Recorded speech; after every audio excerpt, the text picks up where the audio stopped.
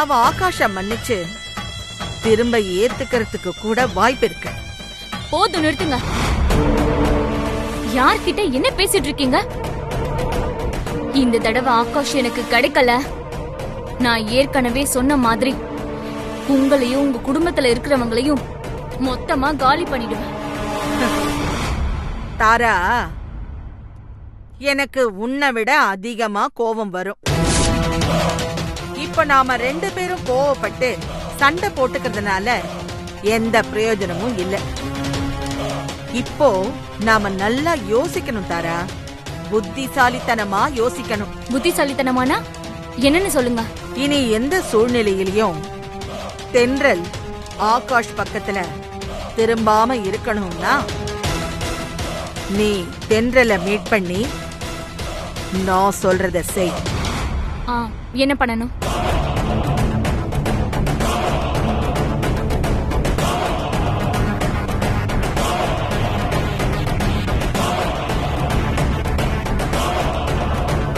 தென்றல் இதுக்கு சம்மதிப்பாளா?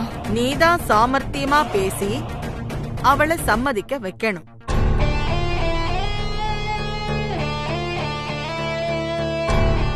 ஒருவேளை நீ என்னதான் சாமர்த்தியமா பேசியும் தென்றல் இதுக்கு சம்மதிக்கலனாலும் பரவாயில்லை.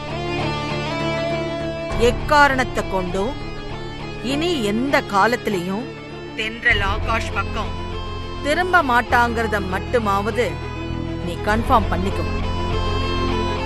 இப்போதைக்கு நமக்கு அது போதும்.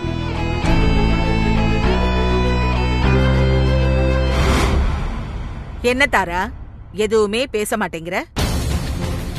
ஓகே, நீங்க சொன்ன மாதிரி தென்றலை மீட் பண்றேன். சரி தாரா, அவ வீட்ல தான் இருப்பான்னு நினைக்கிறேன். நீ மீட் பண்ணு, நான் அப்புறமா கூப்பிடுறேன். இல்ல, நீங்க கூப்பிட வேண்டாம். நானே அவளை மீட் பண்ணிட்டு உங்களுக்கு கால் பண்றேன். ஓகே.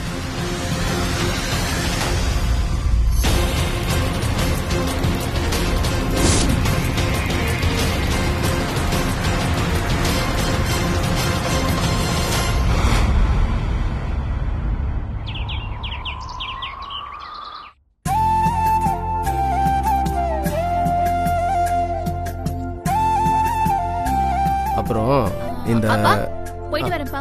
போயிட்டு வரேன். Bye bye. இல்லடி,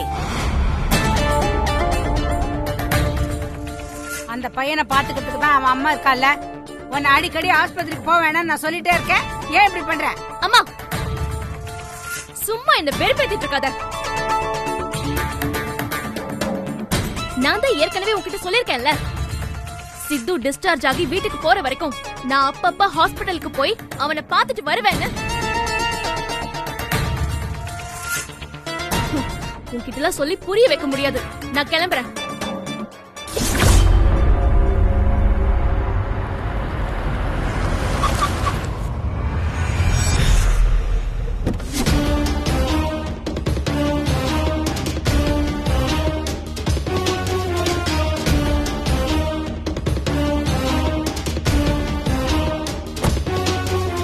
இவ தாரா தானே?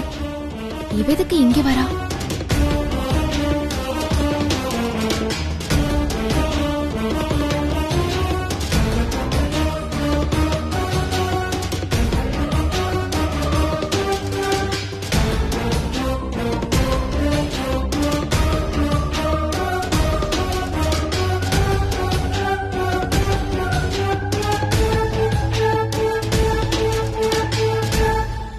நீ யாருமா?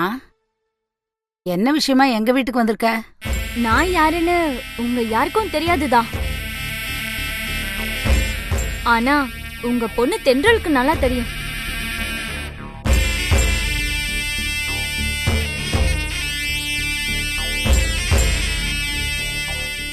என்ன தென்றல், நான் சொல்றது கரெக்ட் தானே? தென்றல், யாருமா அந்த பொண்ணு? உன் கூட ஒர்க் பண்றவங்களா? இல்லப்பா, இவங்க பேரு தாரா. இவங்க அப்பா மிஸ்டர் விஸ்வநாத், சிட்டிலேயே பெரிய இண்டஸ்ட்ரியலிஸ்ட்.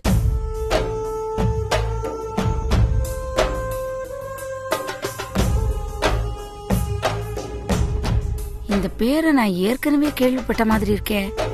எனக்கு அந்த தாராவை பொண்ணு பார்த்திருக்காங்க. நான் அவளைதான் கட்டிக்கணும்னு சொல்றாங்க. எனக்கு இப்போ என்ன பண்றதுன்னே தெரியல. அம்மா, ஆண்டாளம்மா இந்த தாராவை தான் ஆகாஷ்க்கு பொண்ணு பார்த்திருக்காங்க. ஓ,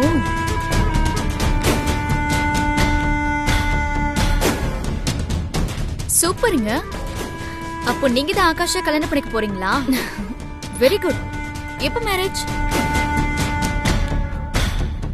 ஓ, இந்த மேரேஜ் இன்விடேஷன் கொடுக்கறதுக்காக வந்திருக்கீங்களா? Advance wishes. தேங்க்யூ. ஏய், கையெடு. என்ன நக்கல் பண்ணிட்டு இருக்கியா? எதுக்கு இவங்கள திட்டுறீங்க?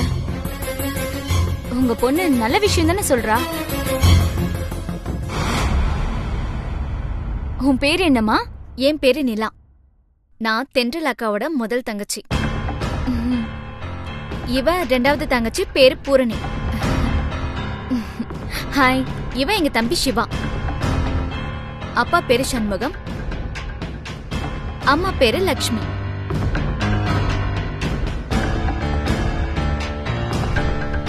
பரவாயில்லையே, நான் யாருன்னு தெரிஞ்சதும் நீங்க எல்லாரும் முதல்ல என்கிட்ட கோவப்படுவீங்கன்னு தான் எதிர்பார்த்தேன்.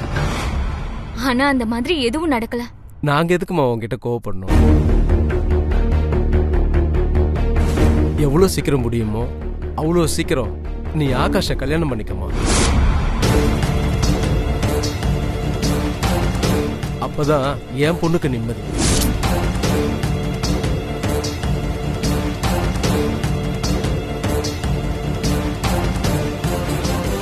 எனக்கும் ஆகாஷ்க்கும் இன்னும் மேரேஜ் ஃபிக்ஸ் ஆகல. ஆனா கூடிய சீக்கிரம் ஃபிக்ஸ் ஆயிடும். ஃபிக்ஸ் ஆனதும் முத இன்விடேஷனை உங்க வீட்டுக்கு தான் கொடுப்பேன். அப்படின்னா நீங்க இப்ப இன்விடேஷன் கொடுக்க வரலையா? சீக்கிரமா வந்து இன்விடேஷன் கொடுங்க. அப்பதான் அந்த ஆகாஷ் அடிக்கடி எங்க அக்காவை பார்த்து என்ன மன்னிச்சேத்துக்கோன்னு சொல்லி தொந்தரவு பண்ணாம இருப்பாரு.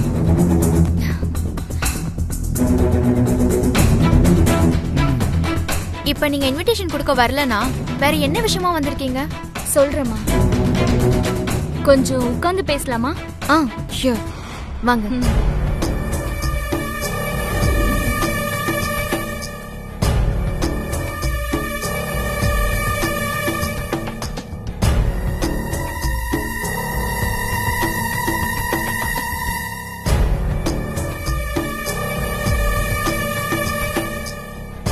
அன்பார்ச்சுனேட்லி உங்களுக்கும் ஆகாஷ்க்கும் நடக்க வேண்டிய மேரேஜ் ஸ்டாப் ஆயிடுச்சு.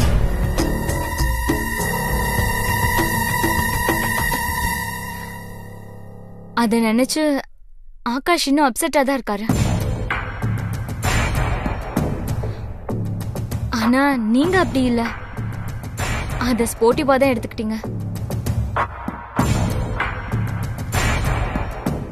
இருந்தாலும் எனக்கும் கொஞ்சம் கில்ட்டியா தான் இருக்கு.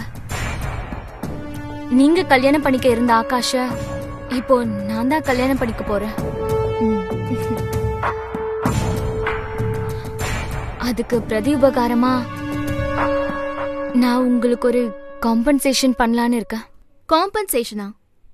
என்ன காம்பன்சேஷன்? ஸ்டேஜ் வரைக்கும் வந்துட்டு மேரேஜ் நின்னு போனதுனால உங்களுக்கு இனி மாப்பிள்ளை கிடைக்கிறது கொஞ்சம் கஷ்டம்தான். நீங்க ஒன்னும் வரி பண்ணிக்காதீங்க. உங்களுக்கும் உங்க ஃபேமிலிக்கும் பொருத்தமான ஒரு 4-5 மாப்பிள்ளைங்க எங்க ஆபீஸ்லயே ஒர்க் பண்றாங்க.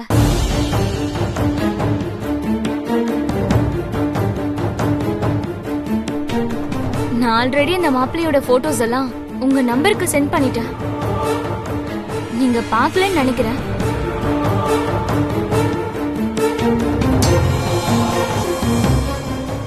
It's okay. நான் அந்த மாப்பிள்ளைங்களோட போட்டோஸ் எல்லாம் என்னோட லேப்டாப்லயே ஸ்டோர் பண்ணிருக்கேன். என் லேப்டாப்லயே பார்க்கலாம். பிக்சர் இன்னும் கிளியரா இருக்கும். One second.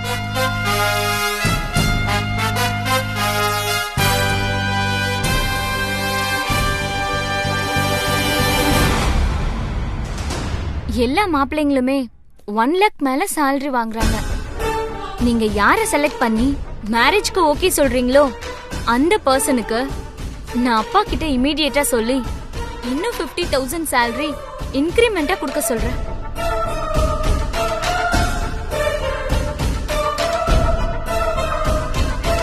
அது மட்டும் இல்ல, உங்க மேரேஜ்க்கான செலவையும் நாங்களே பாத்துக்கிறோம்.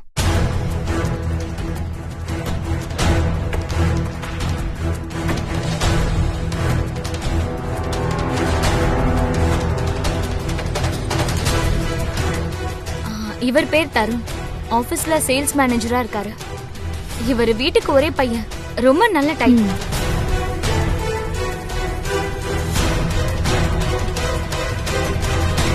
அண்ட் இவர் பேரு ராகேஷ்.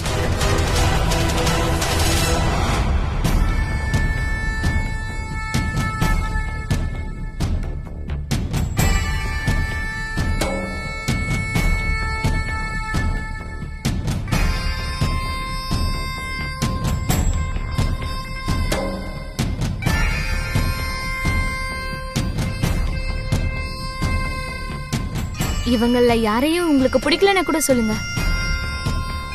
நான் மேட்ரிமோனில ரெஜிஸ்டர் பண்ணி உங்களுக்கு பிடிச்ச மாதிரி வேற பெட்டரான மாப்பிளைய பாக்குறேன்.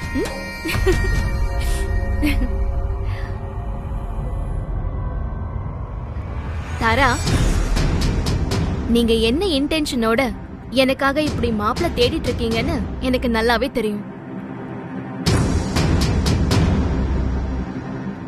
நீங்க ஆகாஷ கல்யாணம் பண்ணிக்கிறதுக்கு நான் எந்த வகையிலயும் தடையா இருக்க மாட்டேன்னு ஏற்கனவே நான் உங்ககிட்ட சொல்லிருக்கேன்ல.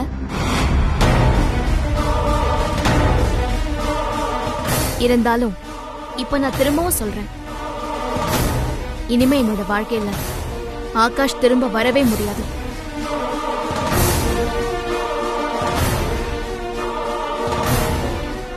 அவர் தலைகீழ நின்னாலும் நான் அவரை மன்னிக்கவும் மாட்டேன், திரும்ப ஏத்துக்கவும் மாட்டேன். போதுமா?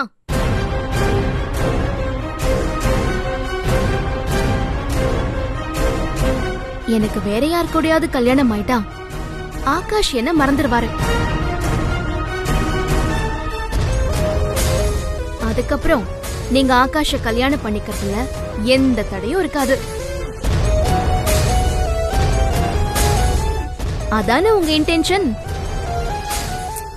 அதுக்காக தானே இந்த மேட்சஸ் பாக்குற வேலையெல்லாம்? அது ஆகாஷ் இன்னும் பிடிவாதமா உங்களையும் நினைச்சுக்கிட்டு இருக்காரு.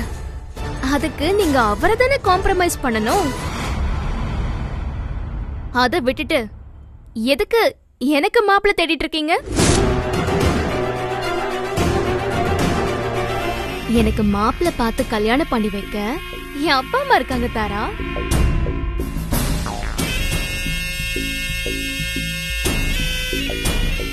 உங்களுக்கு அந்த ரிஸ்க் எல்லாம் வேண்டாம்.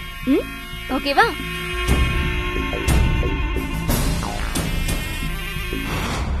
நீங்க கிளம்பலாம்.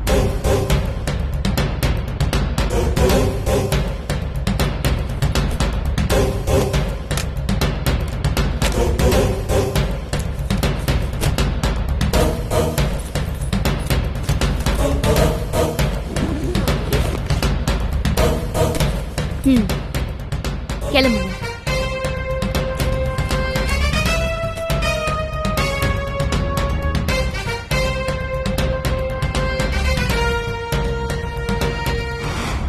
என்ன தாரா, இன்னும் உங்களுக்கு என் மேல நம்பிக்கை வரலையா? வேணும்னா நீங்க ஆகாஷ மேரேஜ் பண்ணிக்கிறதுக்கு நான் எந்த வகையிலயும் தடையா இருக்க மாட்டேன்னு கற்பூரத்துல அணைச்சு சத்தியம் பண்ணட்டுமா?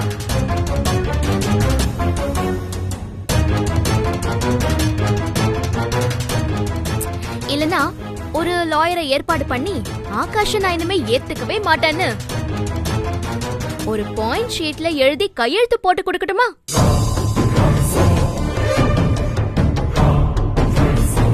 சொல்லுங்க, என்ன பண்ணணும் தாரா? இல்ல, இட்ஸ் ஓகே.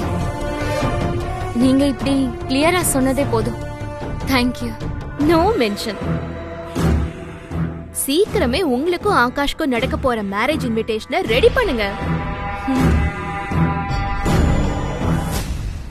அதை என் கண்ணால பாக்கணும்னு ரொம்ப ஈகரா இருக்கேன். ஷியர். ரொம்ப சீக்கிரமே எங்க மேரேஜ் இன்விடேஷனை நீங்க பாப்பீங்க. தேங்க்யூ. தேங்க்யூ. பை. பைமா. பைப்பா. ம் பாய்.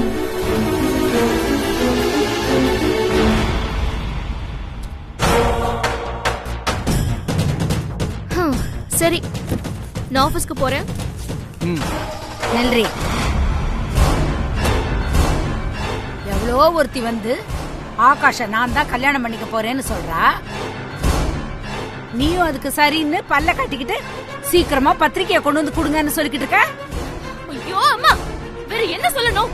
இத பாரு, என்னைக்கு இருந்தாலும் ஆகாஷ் தம்பிக்கு நீ தான் பொண்டாட்டி, நீ மட்டும் தான் பொண்டாட்டி.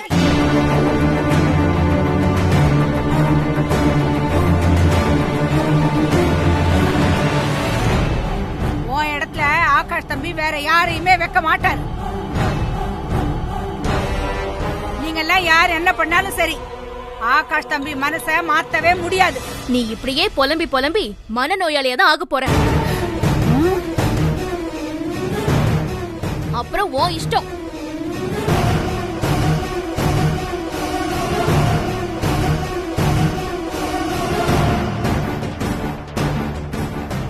ஏங்க